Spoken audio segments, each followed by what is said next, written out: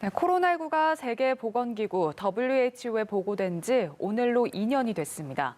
그런데도 대유행의 끝은 좀처럼 보이지 않는 분위기인데요. 오미크론 변이 확산으로 유럽과 미국에서는 연일 신규 확진자 최다 기록이 나오고 있습니다. 김지수 기자와 전 세계 상황 살펴보겠습니다. 김 지사 어서 오세요. 안녕하세요. 네, 안녕하십니까. 이제 정확히 딱 2년 전이죠. 19년 12월 31일 그 당시에는 이제 중국에서 발생한 정체불명의 폐렴으로 보고가 됐었는데 참 2년이나 시간이 흘렀습니다. 먼저 현재까지의 상황부터 정리해 볼까요? 네, 코로나19는 2019년 12월 31일 중국이 후베이성 우한에서 정체불명의 폐렴이 발생했다고 WHO에 보고하면서 알려졌습니다. 이후 코로나19는 대륙을 가리지 않고 퍼져나갔고 WHO는 지난해 1월 31일 국제적 공중보건 비상사태를 선포하기에 이릅니다. 현재까지 코로나19는 전 세계 2억 8천만 명 이상을 감염시켰고 최소 544만 명의 사망자를 발생시켰습니다.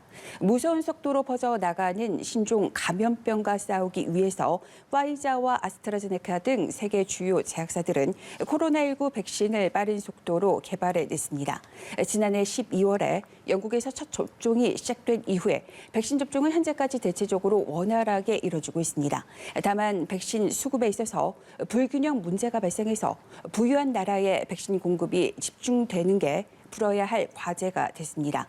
부유한 나라에서는 부스터샷 접종까지 이뤄지고 있지만 빈국은 1차 접종도 제대로 이뤄지지 못하고 있습니다. 아프리카의 경우 53개국 중 20개국이 전체 인구의 최소 10%만 접종한 상태입니다. 그런데 최근 델타 변이에 이어서 오미크론 변이가 나타나면서 세계 곳곳에서 연일 신규 확진자가 최다를 기록하면서 최대 고비를 맞고 있습니다. 세계보건기구 WHO는 오미크론 변이와 델타 변이가 동시에 확산하면서 쓰나미처럼 확진자가 급증하고 있다는 점을 우려하고 있습니다. 네, 말씀하신 것처럼 백신 수급 불균형 문제 또 오미크론 변이 출현으로 전 세계에서 확진자가 정말 말 그대로 눈덩이처럼 불어나고 있는 상황인데요.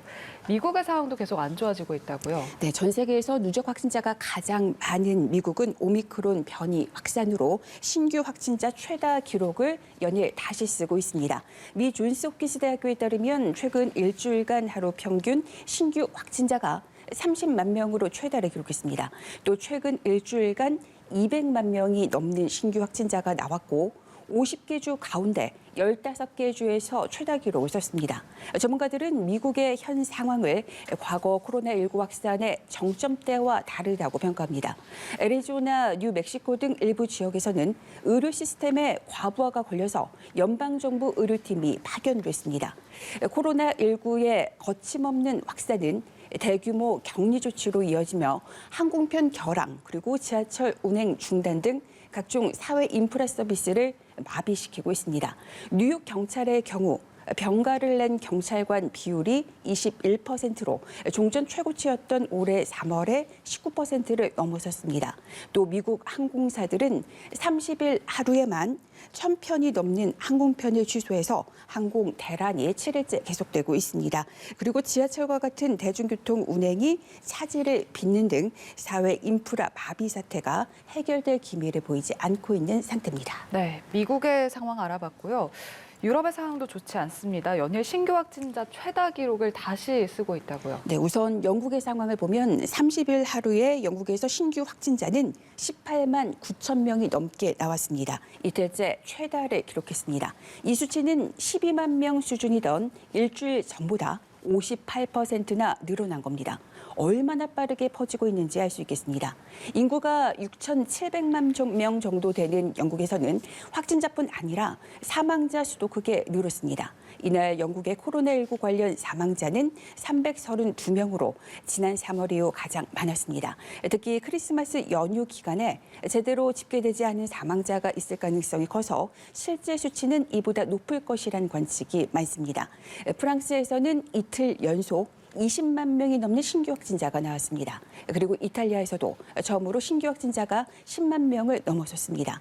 스페인에서도 이틀 연속 10만 명을 넘어선 등 연일 최다 기록을 경신하고 있습니다. 그리고 러시아, 체코 등 동유럽에서도 급증하는 사망자 수가 문제로 떠오르고 있습니다.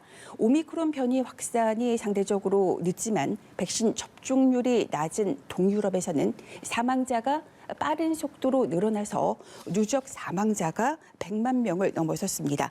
유럽 전체 코로나19 사망자의 55%가 동유럽에서 발생한 겁니다. 유럽 내 인구 비중이 39%에 그치는 동유럽에서 코로나 사망자가 집중적으로 발생하고 있다는 그런 의미입니다.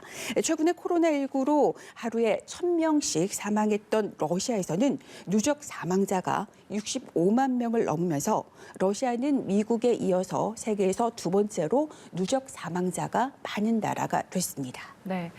지금 전 세계 코로나19 상황을 보면 이제 겨울이 되면서 아무래도 날씨가 추워지면서 재확산에 대한 우려는 있었지만 그래도 전 세계적인 백신 접종률이 높아짐에 따라서 종식에 대한 희망이 있었거든요.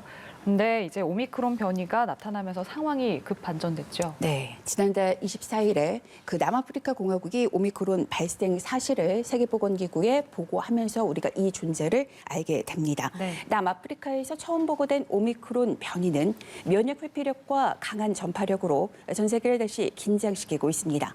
많은 국가들이 다시 빗장을 걸고 마스크 의무화 등 기존 방역 지침을 다시 도입하고 있지만 문제는 변이에 대응할 방법으로 거리두기 강화에 또 부스터샷 말고는 딱히 없다는 겁니다. 각국은 추가 접종 간격을 단축하거나 접종 횟수를 늘리고 있습니다. 이스라엘은 3차 추가 접종 간격을 기존 5개월에서 3개월로, 프랑스는 4개월에서 3개월로 각각 단축했습니다. 미국도 3차 접종 간격을 현행 6개월에서 5개월로 단축할 계획인 것으로 알려졌습니다. 이스라엘은 오미크론 변이에 취약한 면역 저하자에게 4차 접종을 승인했습니다. 앞서 이스라엘은 3차 접종을 마친 의료진을 대상으로 해서 4차 접종 임상시험을 시작했고 또 프랑스도 4차 접종을 현재 검토하고 있습니다. 이런 가운데 지금의 코로나19 판도를 바꿔줄 한 가닥 희망으로 먹는 치료제가 거론되고 있습니다.